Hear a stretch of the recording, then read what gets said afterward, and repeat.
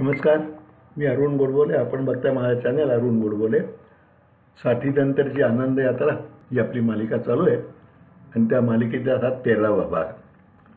वेगवेगळ्या ज्येष्ठ नागरिकांनी आनंदी कसं जगावं यासाठी जे आपले अनुभव सांगितलेले आहेत किंवा सूचना केल्या आहेत त्याचं आपण त्या लेखांचं वाचन करतो आहे आणि या सगळ्या लेखांचं संकलन करून आम्ही वृद्धत्व आनंदी कसे करावे असे पुस्तक प्रकाशित केलं. 180 रुपये किमतीचे पुस्तक आहे. आपल्याला पाहिजे आपण मागूही शकता. ते यामध्ये स्पर्धेत आलेले लेख आहेत आणि काही विनंती करून आम्ही मागून घेतलेले लेख आहेत. आता हा लेख जो मी वाचतोय तो सौ वैजयंती वासुदेव कुलकर्णी यांचा लेख आम्ही आवर्जून मागितला होता. त्या MA मराठीमध्ये आणि MA समाजशास्त्र दोन्ही झालेले आहेत. पूर्वी सातारला राहायचे, हल्ली आता कोल्हापूरला आहेत. त्यांची मुक्ता या कविता संघ आणि समरचिंतन ही 2 पुस्तकं प्रकाशित झाली. अनेक प्रतिनिधी वृत्तपत्रात लेखन केलेलं आहे. याशिवाय आकाशवाणीवरती सातारा, पुणे, कोल्हापूर, सांगली चिंतन कार्यक्रमामध्ये आपले लेख सादर केलेले आहेत आणि शिवाय कथाकथन, काव्याचे वगैरे 300हून जास्त कार्यक्रम आहेत. अतिशय व्युत्पन्न असं त्यांचं व्यक्तिमत्व आहे. संत साहित्याचा मोठा अभ्यास त्यांचा आहे. त्यांनी आपले विचार मांडले. वृद्धत्व आनंदाने कसे घालवावे असं त्याचं शीर्षक दिले. ते तरुणपण संपल्यावर वृद्धत्व येणे जीवनातील अटळ आणि अपरिहार्य भाव आहे. निसर्ग नियमानुसार शरीर थकते आणि वृद्धत्व येते. वयाची 60 ओलांडेपर्यंत नोकरीतून सेवानिवृत्ती, सांसारिक जबाबदारी मुक्तता होते. नोकरीच्या काळात आपण दिवसभर प्रवास, कार्यालयीन कामं, मुलांचे शिक्षण, त्यांचे विवाह यात गर्क असतो. दिवसभराच्या वेळेचे नियोजन आपोआप झालेले असते. 60 नंतर मात्र नोकरीचे चक्र संपते. ज्या सुट्टीची वाट आपण नोकरीत असताना आतुरतेने पाहत होतो ती सुट्टी आता कायमची मिळते. अलीकडच्या काळात मुले शिक्षणानंतर नोकरीसाठी परगावी किंवा परदेशी जातात. घरी पती पत्नी दोघेच उरतात. आयुष्यातला निम्मा काळ कामाच्या सवयीत गेल्याने सेवानिवृत्तीचा मोकळा वेळ कसा घालवायचा ही समस्या बहुतांश वृद्ध मंडळींना सतत सतावत राहते. नोकरीत असताना अधिकारी पदावर काम केले असल्यास सतत आपल्या कनिष्ठ सहकारी कर्मचाऱ्यांना हुकूम सोडायची सवय काही लोकांना असते. राजकारणात असलेल्या नेत्यांना सतत माणसांच्या घरात राहण्याची सवय असते. वृद्धत्वाच्या काळात मात्र आपण हळूहळू कुटुंब, समाज यांच्यापासून अलग होऊ लागतो आणि एकाकी पडत असल्याची भावना मनामध्ये वाढत जाते. गुडघेदुखी, पाठदुखी अशा अन्य तक्रारी या काळातच सुरू होतात. एकाकीपणाबरोबरच मानसिकतेवरही परिणाम होतो. मुले बाळे संसारात गुंतलेले असतात. आपल्याबरोबरचे मित्रही वृद्ध झालेले असतात. अशा स्थितीत आपण आता म्हातारे झालो, मुले आपल्याला विचारित नाहीत, अशा पुढेपणाची भावना वाढायला लागते. त्याचा परिणाम आपल्या शरीरावर होतो. अशा स्थितीत वृद्धत्व आनंदाने जगत कुटुंब आणि समाजालाही आनंदी ठेवायचा मार्ग स्वीकारल्यास वृद्धत्व म्हणजे शाप वाटत नाही. दिवसभर वेगवेगळ्या कामात गुंतल्याने वेळ कसा जातो हे समजत नाही. यासाठीच आपले वृद्धत्व आनंदाने कसे घालवायचे याचा मूलमंत्र आपणच शोधायला हवा. वृद्धत्व आनंदाने घालवता येते, पण त्यासाठी आपल्या वागणुकीतील सकारात्मक बदल घडवायला हवा. नोकरीच्या धकाधकीत चित्रकला, संगीत, बागकाम, शेती, सामाजिक संस्थांची जबाबदारी असे छंद जोपासायला वेळ मिळत नाही. वृद्धत्वाच्या काळात आपण या छंदासाठी पुरेसा वेळ देऊ शकतो. चित्रकला, संगीत, शेती, बागकाम हे सर्जनशील छंद आपल्याला लोकांनाही आनंद देतात. अनेक वृद्धांनी घरच्या परिस्थितीमुळे अपुरे राहिलेले शिक्षण 60 नंतर पूर्ण करून आवडीच्या विषयातून संशोधन करून डॉक्टरेट पदव्याही मिळवलेल्या आहेत. रिया सत्कार, र. गो. सरदेसाई यांनी बडोदा संस्थानात सेवानिवृत्त झाल्यावर मुघल, मराठा आणि ब्रिटिश रियासतीचे 22 खंड लिहिले. 1000 वर्षाचा भारताचा इतिहास त्यांनी संशोधनातूनच लिहिला. पेशव्यांच्या राजसत्तेच्या कालखंडातील लाखो कागदपत्रे व्यवस्थित लावली. अनेक ज्येष्ठ संगीतकार, गायक, कलाकारांनी कलेची सेवा करताना आपल्या कलेतील विद्यार्थीही घडवले आहेत. संगीत, चित्रकला या किंवा खेळात पारंगत असलेल्या वृद्ध मंडळींनी लहान मुले आणि छंदवर्ग सुरू केल्यास त्यांच्या विद्येचा लाभ तरुण पिढीला होऊ शकतो. नागरी सुविधांपासून वंचित असलेल्या गरीब, उपेक्षित आदिवासी मुलांसाठी आरोग्य, शिक्षण अशा सुविधा देण्यासाठी आदिवासी पाड्यावर जाऊन त्या मुलांशी बोलणे, त्यांना मदत करणे, त्यांच्या चेहऱ्यावरचं समाधान पाहणे यातही कृतार्थता मिळू शकते.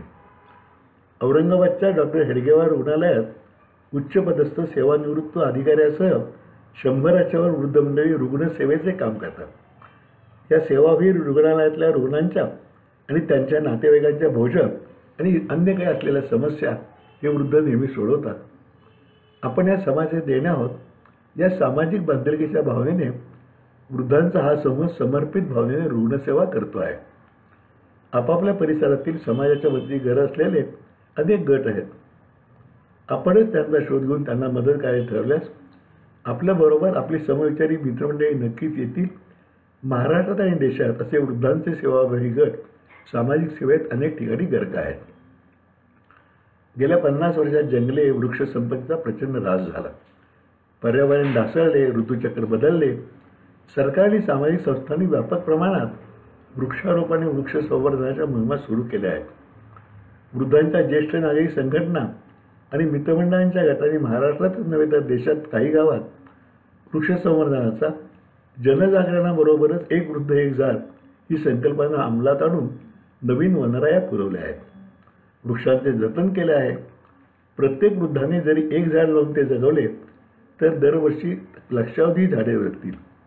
या महत्त्वपूर्ण राष्ट्रीय उपक्रमात सहभागी झाल्याचा आनंद त्यांना मिळेल. आपल्या ज्ञानाचा उपयोग बाल आणि युवा पिढीला करून देण्यासाठी संस्कार वर्ग, अभ्यास वर्ग चालवता येतील. अशा वर्गामुळे गरीब मुलांना शिकवता येईल. लेखन वाचन असे छंद जोपासण्याबरोबर आपला मोकळा वेळ सत्कारणी लावण्यासाठी अनेक उपक्रम सुरू करता येतात. फक्त त्यासाठी आपली मानसिक तयारी हवी. एकत्र कुटुंब असेल तर मुलगा, सून आणि नातवंडे यांच्याबरोबर वृद्ध मंडळींना राहावं लागतं. मुलांचा संसार सुरू झाल्यावर विशेषतः वृद्ध महिलांना आपली घरातील सत्ता कमी होत असल्याचं वाटायला लागतं. वृद्ध आई वडील, मुलगा आणि सून परस्पर निर्णय घेतात. आपल्याला विचारत नाही अशा तक्रारी करायला लागतात. मुलगा आपल्या बायकोच्या तंत्राने वागतो अशी वृद्ध आईवडिलांची तक्रार असते. आता नव्या पिढीची जीवनशैलीसुद्धा खूप बदलली आहे. अलीकडच्या काळात अनेक सुना नोकरीही करतात. शिवाय त्या उच्च शिक्षित आहेत. त्यांच्या आता स्मार्टफोन, लॅपटॉप, टॅब यासारखी अत्याधुनिक संपर्काची साधने आहेत. बदललेली सामाजिक स्थिती, बदललेली जीवनशैली लक्षात घेऊन वृद्ध महिलांनी संसारातले आपले लक्ष हळूहळू कमी करायला हवे. सासू म्हणजे सारख्या सूचना असे शब्द प्रचलित आहेत. मुलगा काय किंवा सून काय, सध्याच्या तरुण पिढीला सततच्या सूचना आणि सल्ले नको असतात. हे लक्षात घेऊन त्यांच्या संसारात कमीत कमी हस्तक्षेप असावा. सून आणि मुलाला त्यांचे निर्णय घेऊ द्यावेत. उठसूट अनाहूत सल्ले देऊ नये. अलीकडच्या सुना सासूला आईच म्हणतात. आई आणि मुलीचे नाते जिव्हाळ्याचे असते. सासूने आपल्या सुनेला मुलीच्या जिव्हाळ्याने 4 संस्कारित शहाणपणाच्या गोष्टी सांगितल्यास वाद वितंडवाद होणार नाही. वडिलांनी आपल्या मुलाला समजून घ्यायला हवे. वृद्ध सासू झाल्याने मुलगा आणि सुनेला सतत सल्ले देणे, जाब विचारणे या असल्या वागण्याने वितंडवाद होतात. सांसारिक वातावरणात तणाव निर्माण होतात. वृद्ध मंडळी संसारात राहून मुलांच्या संसारातून अलिप्त झाल्यास परस्परांचा संवाद कायम राहतो आणि घरी आनंदी राहते. या सगळ्याला पुढील पिढीवरही चांगले परिणाम होतात. आपले सासू-सासरे आई वडील मुलाला आधार वाटायला हवेत. ते ओझे वाटू नये असे वागणे आपल्याला सहज शक्य आहे. वृद्ध आजी आजोबांची नातवंडावर उदंड माया असते. नोकरीच्या धाकाधाकीत मुलांसाठी वेळ देता आलेला नसतो. सेवानिवृत्तीनंतर मात्र नातवंडाबरोबर फिरायला, खेळायला, त्यांच्याशी हितगुज करायला आजी आजोबांना वेळ असतो. नातवंडात रमण्यासारखा दुसरा कुठलाही मोठा आनंद नाही. वृद्ध आईवडिलांनी मुलांच्या संसारात आनंदाने राहून मुलांना पाठबळ द्यावे. त्यांच्या अडीअडचणीच्या काळात सतत पाठीशी राहावे. मात्र सतत कटकट करणारे वृद्ध माणसे मुलांनाच काय पण मित्रमंडळींनाही आवडत नाहीत हे लक्षात ठेवावे.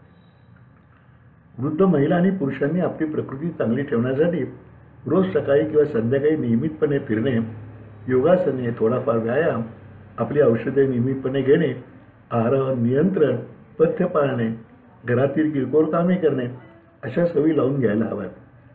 सतत कामात राहिल्याने माझा वेळ जात नाही अशी तक्रार करण्याची वेळच येत नाही. त्यासाठी हटवादीपणा, अहंकार, वर्चस्वाची भावना सोडायला हवी. सध्याही ग्रामीण भागात एकत्र कुटुंब पद्धती आहे आणि ही कुटुंबे गुण्यागोविंदाने आनंदात राहत असतात. शेजारी ग्रामस्थांच्या आनंदात आपलाही आनंद शोधतात.